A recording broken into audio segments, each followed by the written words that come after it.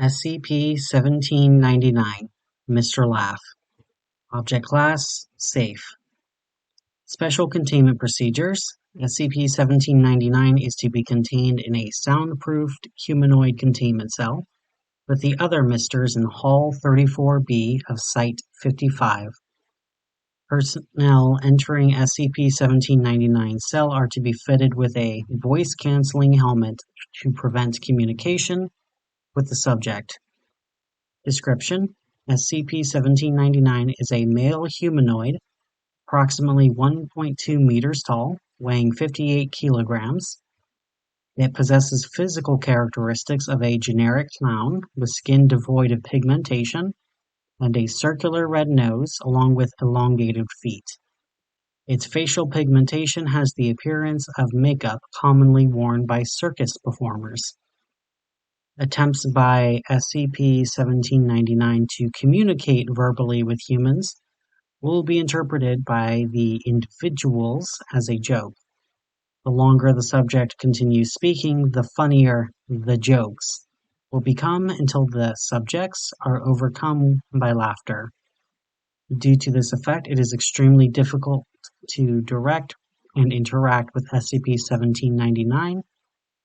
The most effective means to communicate with the subject is through written word, as this does not activate its effect. The words "Mr. Laugh" from Little Misters, registered by Dr. Wondertainment, are tattooed upon SCP-1799's lower back. Oh, you've just found yourself your very own Little Mister, a limited-time collection from Dr. Wondertainment. Find them all and become Mr. Collector. 1. Mr. Chameleon. 2. Mr. Headless. 3. Mr. Laugh. Addendum 1799-B. The following is an interview log recorded on SCP-1799's arrival at Site-55. Interview log 1799-0. Interviewed SCP-1799. Interviewer Dr. Everwood. Forward: this interview was executed to confirm SCP-1799's anomalous properties. Begin log. Please state your name. Sure. They called me Mr. Laugh. Seriously? That's hilarious.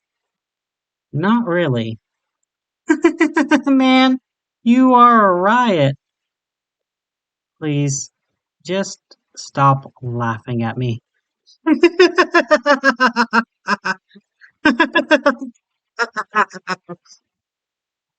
SCP-1799 frowns.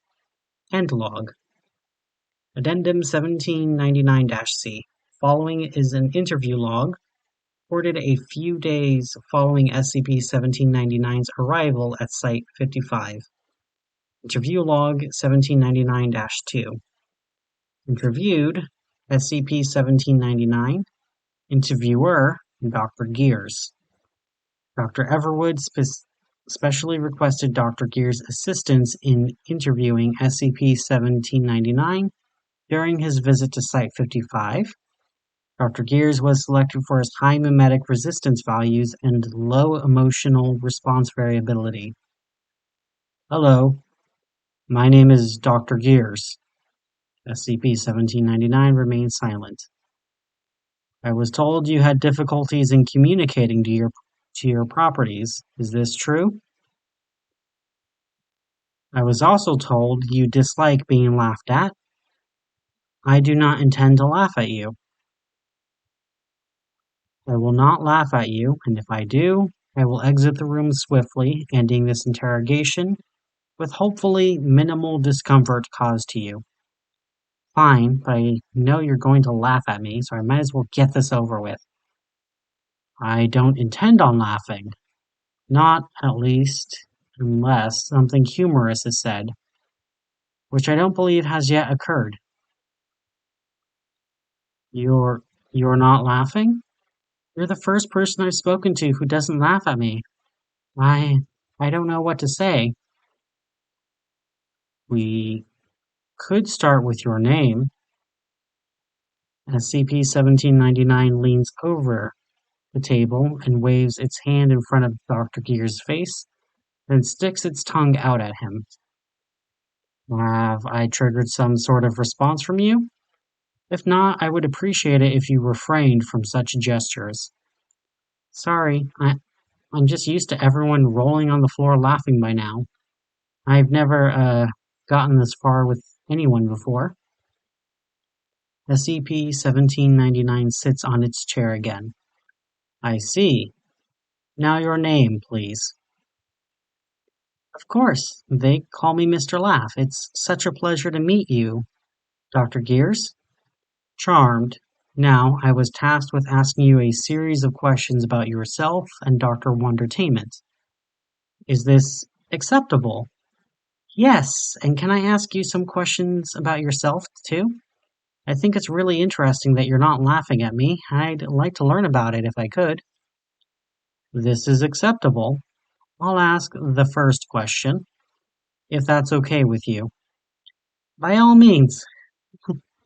It feels so good to have a normal conversation. Are you aware of any reason Dr. Wondertainment would have had for creating you? I know he was really into clowns for a while. Maybe he spent some time at the circus? I don't know. I could never really tell what Dad was thinking. I see. You may ask your question now. Why do you think you aren't laughing? Like I said before, you're the first person who doesn't guffaw at me. Not that I'm not thankful, I mean. I'm loving this. I love that you're not laughing at me. Makes me feel almost normal.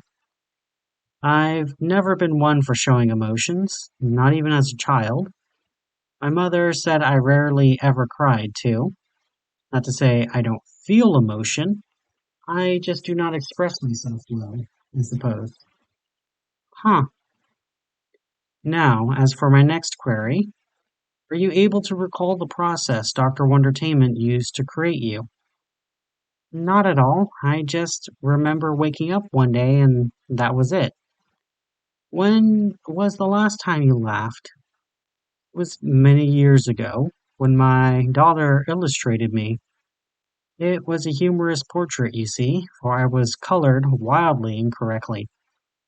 Aw, you have a kid? How sweet. Indeed. Do you know anything about the location of the other little misters?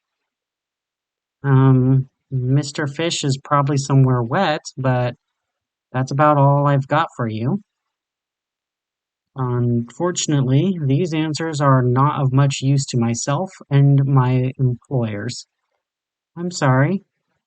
Do I still get to ask you a question? We agreed upon this. You may.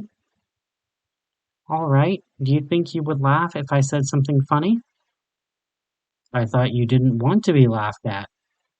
This is a hypothetical. Let's say I said something absolutely hilarious right now. Would you then laugh? Perhaps. Perhaps not. It is difficult to say with certainty. I am inclined to answer no. I see. Do you possess any knowledge on other Wondertainment products? No. All I know is about myself. And apparently, that's not enough for you guys. I do not mean to imply that you are useless, if that is what you are suggesting. I am merely stating that these answers aren't of use to my employer. It is not a personal insult against you. Sure, sure. Do you think your daughter would be able to make you laugh again today? I'd rather not discuss my daughter further. Find no joy in the topic. Oh, come on. Let it suffice to say that she and I lost contact many years ago. The more time I spent at my job, the less I could spend with her. It is a tragic thing, but again, it happened many years ago. That's sad. Did it make you cry? No. Wow, you must be some super tough guy. I would not call myself that. I am just a man doing his job. Would you say you love this job more than your daughter? It is only my job. I just happen to excel at it. But we are losing focus. We must return to my questions. Oh, sorry. Yes, please continue. Do you possess any knowledge of the current whereabouts of Dr. Wondertainment? No, but I think good old Dad likes to move around a lot, to make sure he isn't caught, I presume by you guys. I see. Now your question? Do you think you would be happy to see your daughter? If you were to find each other again, that is. I would rather not discuss my daughter further. I find no joy in the matter. I knew it. You do care about her. I never said I did not. So you would jump at the chance to talk to her again? Are you familiar with the trolley problem, Mr. Laugh? Is that the one with people tied to the tracks? Correct. I was presented with my own trolley problem when I was offered my current job. As you can see, I made my own choice. Whether or not I regret it is irrelevant. What matters is that I made my choice, and I must now endure the consequences. So, does that mean you wouldn't talk to your daughter if you had the chance? I'm confused. The most difficult part of being a parent is knowing when you're no longer needed. Did your daughter no longer need you when she left? Yes, she did require my presence, but she no longer does. Do you think parents shouldn't keep in contact with their children then? That is not what I said. I'm just saying, I know I would like it if my dad reached out to me.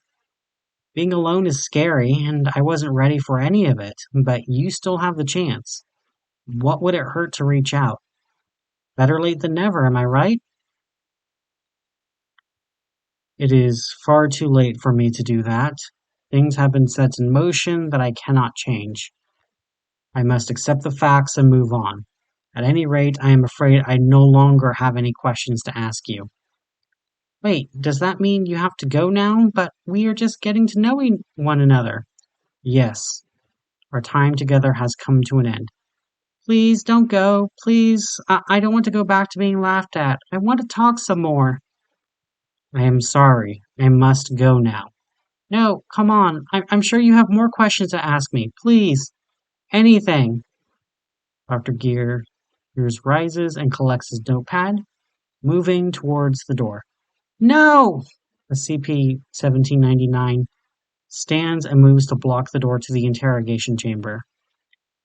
I'm begging you, sir, please just stay a little bit longer. We could talk about anything you want. I I may not know much, but I'm quick on the uptake. I promise I can be a good conversational partner. Please move, Mr. Laugh. No, I need this. I deserve this. Do you have any idea what it's like to be laughed at by everyone for something you can't even help? All I'm asking is for 5 minutes of your time. Surely you could spare that. I will not hesitate to call the guard stationed outside this room if you do not acquiesce. Please move now. SCP-1799 moves out of the way and sits down in its chair again. Fine, go then. I bet you're going to go laugh at me with that mean Everwood bitch now, aren't you? Whatever. I don't care. End log. Note, I'll be honest. I didn't think this would work the way it did. I just wanted to see the old man laugh for once, but he was actually able to talk to SCP-1799. Shame it wasn't able to provide any useful information.